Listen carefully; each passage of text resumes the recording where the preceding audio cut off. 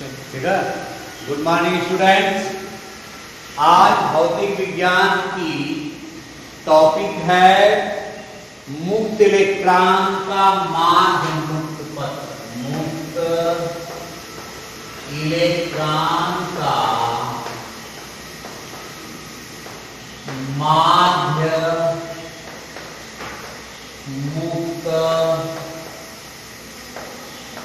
पथ तथा श्रांतिकाल टाइम ऑफ रिलैक्सेशन। श्रांतिकाल टाइम ऑफ रिलैक्सेशन टाइम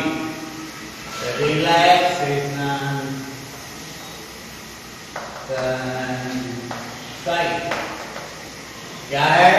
कल मैंने आपको बताया था कि इलेक्ट्रॉन का धातु चालक में वैद्युत चालक का मुक्त इलेक्ट्रॉन मॉडल, उसी की व्याख्या करते समय यह आता है कि आप गैसों का व्यवहार पढ़े होंगे कि अगर गैस किसी बंद पात्र में रख दिया जाए तो गैस के अणु उस बंद पात्र की दीवार पर बार बार टक्कर मारते हैं। क्या करते हैं?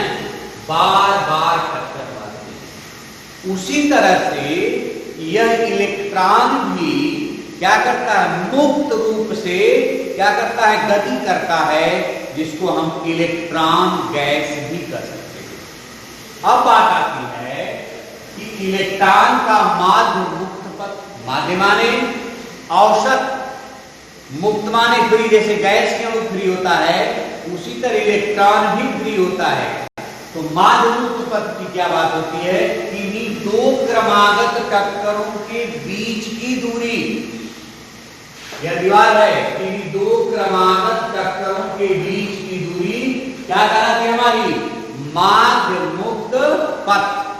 क्योंकि इलेक्ट्रॉन हमारा फ्री है, किसी भी दिशा में वह गति कर सकता है। बात आती है टाइम ऑफ रिलैक्सेशन टाइम श्रांतिकाल का।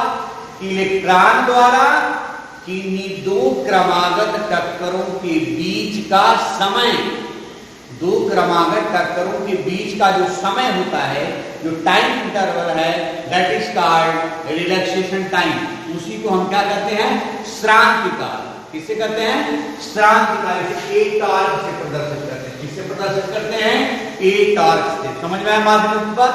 माध्य मुक्त क्या क्या है?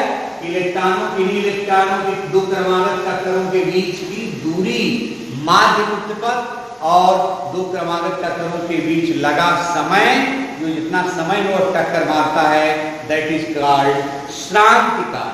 अब आता है कि अनुगमन वेग या अपवाह वेग क्या है? अनुगमन वेग या अपवाह वेग, ड्रिफ्ट वेलोसिटी। अनुगमन वेग या अपवाह वेग। अपवाह वेग, अपवाह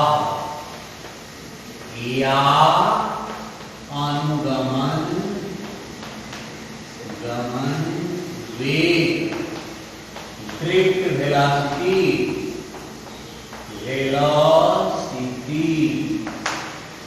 ड्रिफ्ट क्या होती है? ड्रिफ्ट वेलोसिटी कहते हैं कि जब बैटरी का विभवांतर इलेक्ट्रॉनों को त्वरित गति प्रदान करता है, तो इनके तारों की लंबाई की दिशा में उच्च विभव वाले सिरे को एक सूक्ष्म नियत ही वेग दे पाता है, जो इलेक्ट्रॉनों के ऊष्मीय वेग के ऊपर आरोपित होता है। तो इस सूक्ष्म वेग को हम क्या कहेंगे? अनुगमन वेग। वह सूक्ष्म नियत वेग जो इलेक्ट्रॉनों की अनियमित गति पर आरोपित होता है, दैट इज कॉल्ड क्या? Drift velocity. एक लाइन की परिभाषा क्या होगी? इलेक्ट्रॉनों के वह नियत सूक्ष्म वेग जो इलेक्ट्रॉनों के ऊष्मीय वेग पर आरोपित होता है। फिर से सुनिए, वह सूक्ष्म नियत वेग जो इलेक्ट्रॉनों के ऊष्मीय वेग पर आरोपित होता है उसे हम क्या कहते हैं, अनुगमन वेग या अपवाह। अब यह ऊष्मीय वेग क्या है कि जब बैटरी को हम धन ऋण सिरों से जोड़ते हैं तो उसमें क्या होती है, धारा प्रवाहित होती है, और वह धारा प्रवाह किसके, ऊष्मा के द्वारा होती है, इसलिए उसको हम क्या कहते हैं, ऊष्मीय वेग।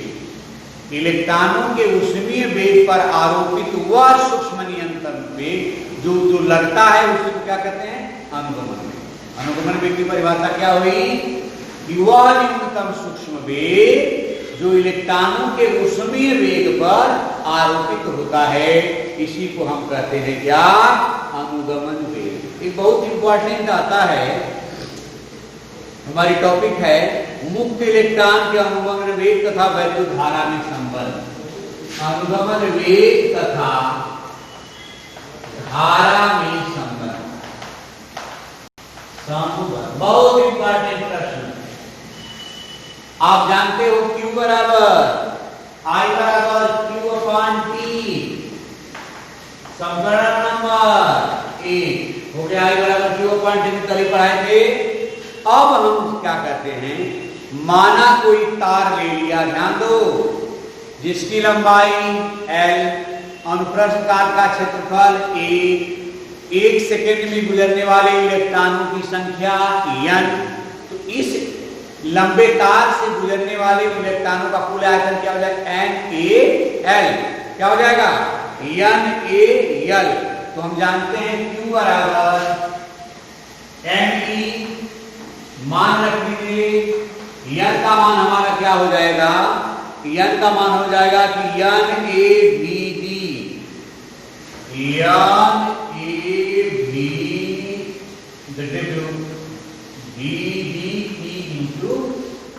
Q बराबर क्या हो गया, N क्या है, नंबर ऑफ इलेक्ट्रॉन, A क्या है, अनुप्रस्थ काट का क्षेत्रफल, Vd क्या है, अनुगमन वेग, T क्या है, एकांक समय। अब इस मान को समीकरण नंबर 1 में रख दो, Q के इस मान को, Q के इस मान को समीकरण 1 में रखने पर, रख दीजिए भाई, I इक्वल टू Q का मान NaVdTe, अब बटे T, T से T कट गया, I equal to NeAVd। Most important है जो है, फिर से समझ लीजिए, यदि किसी चालक तार में विद्युत धारा प्रवाहित करेंगे तो धारा की प्रवाह की दर I equal to Q upon T। चालक की लंबाई कितनी, L, उसके अनुप्रस्थ काट का क्षेत्रफल कैपिटल A, प्रति सेकेंड गुजरने वाले इलेक्ट्रॉनों की संख्या E, अनुगमन वेग Vd। तो एकांक क्षेत्रफल NaL, NaVd की एकांक 1 सेकेंड में गुजरने वाले आवेश की संख्या क्या होगी, NaVd, क्योंकि N की जगह NaVdT हो गया, ठीक है। इसका मान रख दिए समीकरण नंबर 1 में, तो I इक्वल टू NeAVd। यही अनुगमन वेग और धारा के बीच क्या है, संबंध है। अब इस पे एक सवाल देखिए, तुरंत सवाल एक देखें, इस पे क्या आता है सवाल। इसका सवाल है कि तांबे में मुक्त इलेक्ट्रॉनों की संख्या घनत्व, सवाल देखा है, I इक्वल टू NeAVd पर कह रहा है कि तांबे में मुक्त इलेक्ट्रॉनों की संख्या घनत्व 8.5 × 10⁻28 प्रति घन मीटर है, 0.2 मीटर लंबाई तथा 1 वर्ग मिलीमीटर परिच्छेद क्षेत्रफल तांबे से तार से होकर प्रवाहित धारा का मान ज्ञात कीजिए। किसका मान ज्ञात करना है, प्रवाहित धारा का मान।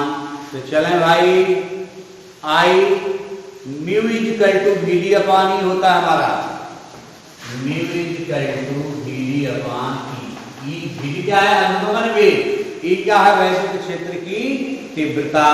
चले भाई, और हम जानते हैं E equal to V upon L, जानते ही हैं, अब इस मान को रख देंगे तो I इक्वल टू हमारा क्या हो जाएगा, I equal to N E A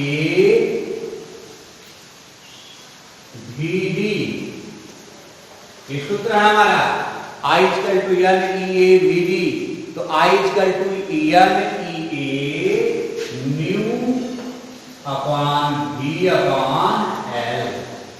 देख लें N E A क्या हो जाएगा, mu V D upon E हो गया। अब V अपॉन L का हमको मान मालूम है कितना है, यह हो गया म्यू बराबर कितना हो जाएगा 8.5 गुणे 10 घाते 28, N का मान हो गया भाई। इलेक्ट्रॉन का आवेश कितना होता है बताओ, 1.6 गुणे 10 घाते माइनस 19, और एक वर्ग मिलीमीटर है ना ए का मान, उसको बदलेंगे तो क्या हो जाएगा 1 गुणे 10 घाते माइनस 6। अब इसमें म्यू का मान हो गया, म्यू का मान कितना दिया है 4.5 गुणे 10 घाते माइनस 6 दिया है। इलेक्ट्रॉन की गतिशीलता म्यू का मान 4.6 गुणे 10 घाते माइनस 6, ये गतिशीलता है म्यू की मान 4.5 गुणे 10 घाते ऋण 6। अब V का मान कितना है, V का मान जरा वोल्टेज कितना है इसका 4 वोल्ट, कितना है 4 वोल्ट, और L का मान है 0.2 मीटर, 4/0.2। हल कर दीजिए कितना आ जाएगा, इसको हल करोगे आप तो इसका मान आ जाएगा 1.22 एम्पियर, 1.22 एम्पियर। बहुत अच्छा सवाल है। यहाँ पे म्यू की मान क्या है, या गतिशीलता है, इलेक्ट्रॉन कितना हमारा गतिशील है, इसका मान होगा VD अपॉन E। ठीक है, ऐसे बहुत से सवाल आपकी किताबों में हैं, उसको आप देखिए और उसको लगाइए। अगर अगला हमारी टॉपिक होगी हमारा इसकी धारा घनत्व।